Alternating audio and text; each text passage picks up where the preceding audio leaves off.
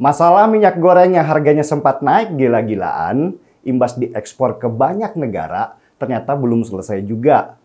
Meski Jokowi sempat melarang ekspor minyak goreng untuk memberi pelajaran kepada perusahaan minyak goreng yang nggak mau menyisakan produknya buat konsumsi dalam negeri, tapi harga minyak goreng di sini masih rentan. Ada kemungkinan ketika keran ekspor dibuka lagi oleh pemerintah, ekspor minyak goreng besar-besaran akan kembali terjadi. Kenapa? Ya, karena urusannya dengan cuan. Kalau sudah masalah cuan, pengusaha dimanapun pasti hijau matanya dan jangan pernah tanya nasionalismenya. Bayangkan coba, di saat dunia krisis energi, dunia ramai-ramai berburu produk sawit yang jadi bahan utama minyak goreng kita. Ya jelas, hukum pasar di sana berlaku, di mana permintaan tinggi, barang kemudian langka, harga juga pasti naik. Dan buat pengusaha itu berarti keuntungan yang lebih.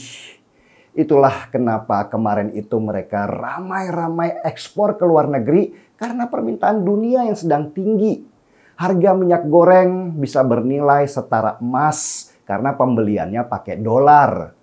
Dan yang kena imbas adalah konsumsi dalam negeri yang dikorbankan karena harga beli di sini termasuk rendah dan tidak menguntungkan buat pengusaha. Jadi sudah benar ketika Jokowi kemarin melarang ekspor minyak goreng sebagai pelajaran kepada para pengusaha minyak goreng yang nggak peduli kondisi dalam negeri. Dan larangan itu berdampak besar karena pada akhirnya para pengusaha itu harus tunduk pada kesepakatan antara mereka dengan pemerintah bahwa dari total produksi minyak goreng sekian puluh persennya harus untuk konsumsi domestik. Atau dikenal dengan nama DMO, Domestic Market Obligation. Nah, ketika DMO ini dilanggar oleh beberapa pengusaha, maka itulah kenapa Kejaksaan Agung menangkap beberapa pengusaha minyak goreng, juga para pejabat pembuat kebijakan yang diduga melakukan korupsi kebijakan supaya mereka bisa ekspor besar-besaran dan ingin mendapatkan cuan yang besar. Untuk lebih mengatur supaya harga minyak goreng terkendali di dalam negeri, pemerintah juga menerbitkan peraturan baru yang dinamakan DPO atau Domestic Price Obligation. Yang membuat banyak orang kaget, terutama para oposisi, untuk mengatur minyak goreng ini, Jokowi kembali menunjuk Luhut Binsar Panjaitan sebagai pengawasnya. Luhut lagi. Kenapa Jokowi menunjuk Luhut lagi? Apa tugas Luhut nggak cukup banyak? Udah ngurusin investasi, ngurusin COVID, sekarang kok ngurusin minyak goreng. Dan akhirnya muncullah isu oligarki dan Luhut dituding sebagai bagian dari oligarki itu. Oligarki, saya sih nggak paham ya dengan isu oligarki. Tapi setahu saya, yang namanya oligarki itu nggak muncul pada zaman Jokowi saja. Tapi sudah ada sejak zaman Soeharto berkuasa. Oligarki adalah kumpulan kecil elit yang super kaya, yang mengatur banyak hal di sebuah negara, dan utamanya yang berhubungan dengan ekonomi. Ujung-ujungnya pasti uang dan kekuasaan.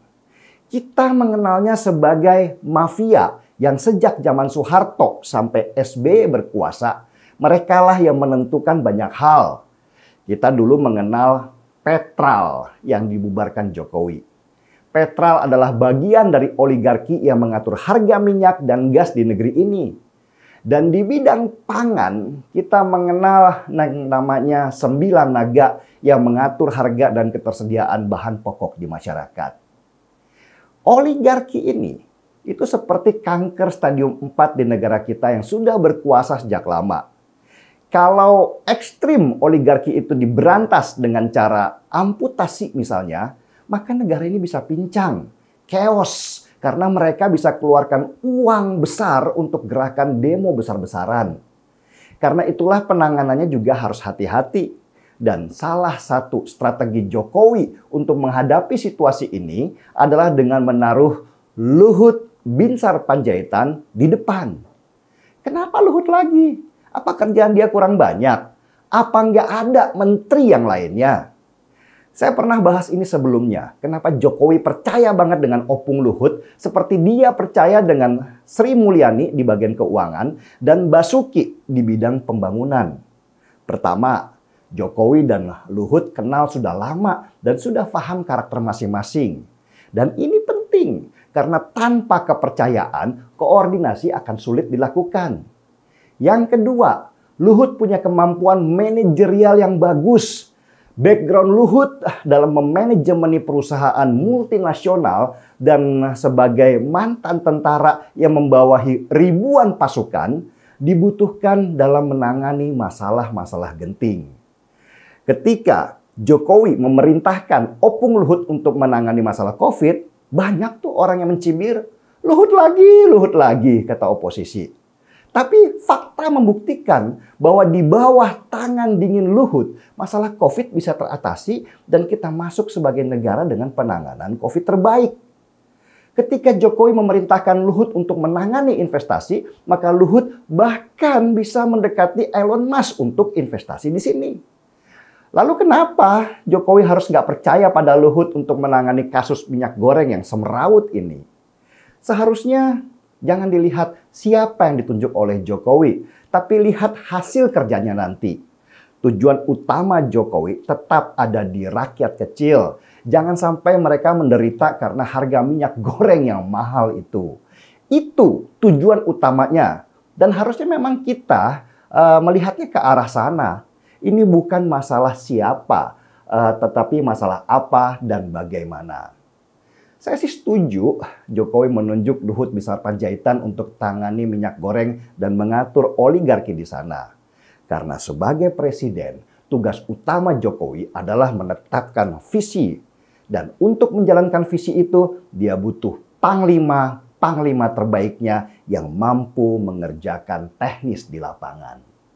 Itulah yang dinamakan organisasi. Orang di dalamnya menjalankan fungsinya masing-masing dan mereka bekerja. Sudah paham?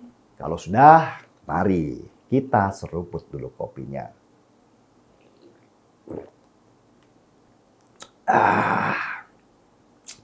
Markitar, mari kita pintar. Saya Denny Siregar, kita di acara Timeline.